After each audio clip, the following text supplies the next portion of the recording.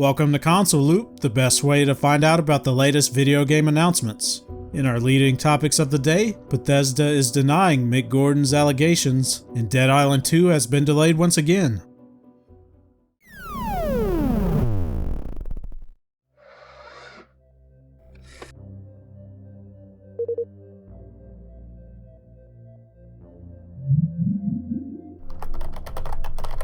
Deep Silver has once again delayed the long overdue zombie shooter Dead Island 2. In a message from the publisher, it was announced that the release date has been pushed back 12 weeks to April 28, 2023. While not a huge delay normally, it is for this title since it's been in development since 2012. To give you an idea of how long ago that was, I think the game was originally announced around the time of the PS4's announcement event in 2014.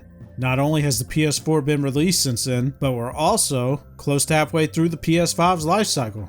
Another thing of note is that you can get a free copy for PC with any purchase of a new AMD graphics card. So if you're interested, look up AMD's Radeon Raise the Game bundle offer.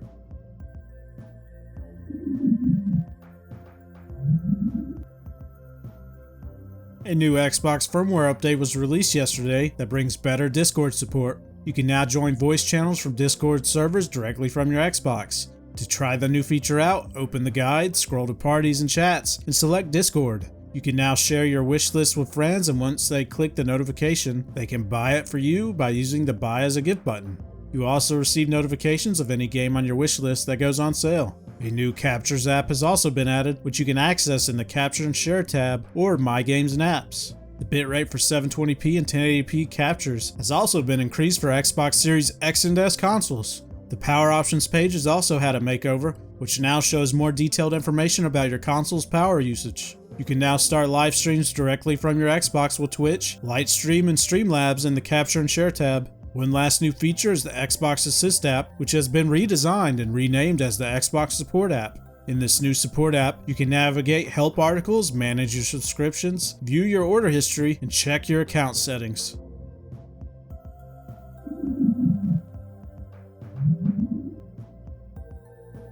The first update to the multiplayer shooter Resident Evil Reverse has been released. The new update brings a new map based on Resident Evil Village. A new character was also included in the update who is called Tundra. 2 new DLC character skins have also been released, based on Chris and Jill from Resident Evil 5. I honestly forgot all about the existence of this game, and I know I got a copy when I purchased Resident Evil Village, but I haven't checked it out yet.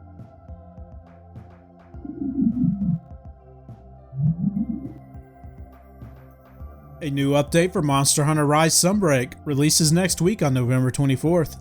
3 new monsters will be joining the game, and I know I'm going to butcher these names. The new monsters are called the Chaotic Gore Magala, the Risen Teostra, and the Rising Kushala Deora. Other new features include anomaly research quests, new layered weapons, paid DLC, and event quests.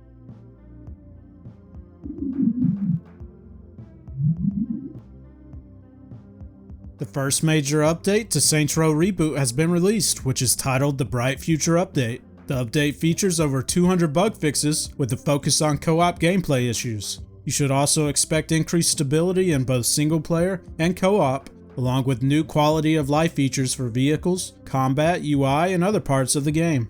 The list of changes is huge, so check out saintsrow.com for the full patch notes. Due to the announced shutdown of Google Stadia, the Stadia version of Saints Row will not be getting this update.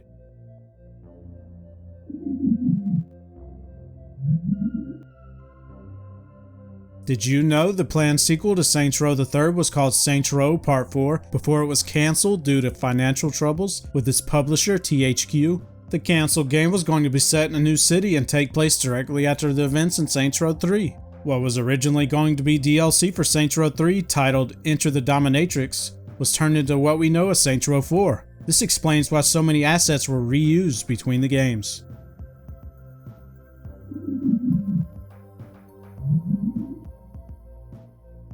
The Saints Row developer Volition is changing parent companies from Deep Silver to Gearbox. Embracer Group is the parent company of both, so it's not being sold. Embracer hopes to create future success at Volition with the change. They also stated that the latest Saints Row did not meet their full expectations and left the fanbase partially polarized. but it has performed in line with management's expectations so far this quarter.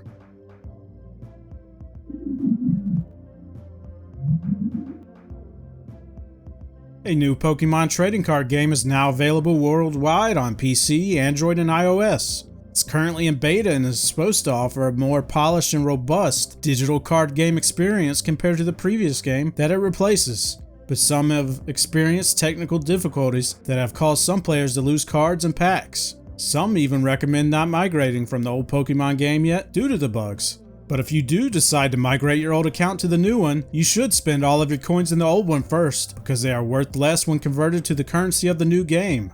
Also of note is you will lose your custom battle decks. What you need to do before transferring your account is export each deck list to a text file from the deck manager. After that's done, you can import each text document into the new game's deck editor. I have no idea why something like this is not automatically transferred when migrated to the new game. One final note is that you can only import 4 of the same cards, and any extra will be thrown away into a digital burn pile, I guess, and you will not be compensated for it.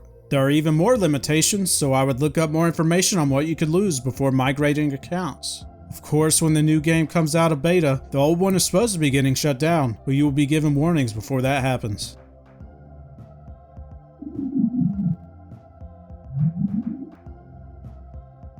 Insignia was just released the other day for the original Xbox's 20th anniversary of Xbox Live. If you didn't know, Insignia is a free replacement for Microsoft servers for the original Xbox console, allowing online functionality to be restored for the first time since 2010. Currently, they have brought back online functionality for a total of 25 games, but plan on adding more. If you want to try Insignia, you're going to have to go to the insignia.live website and request an invite. At the moment, over 9,200 people have requested invites to Insignia, and there are currently over 2,400 people registered for the service.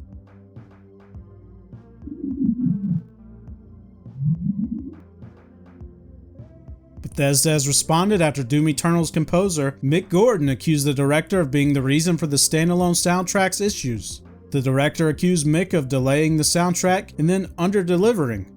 Mick not only accused the director of lying, but also said he was offered money to stay quiet about the situation.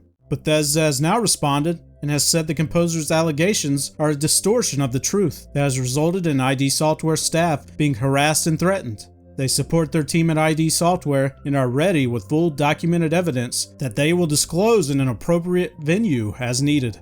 Well, I don't know what venue they plan to use, but I would think a public forum is needed if they do have evidence that Mick allegations are false.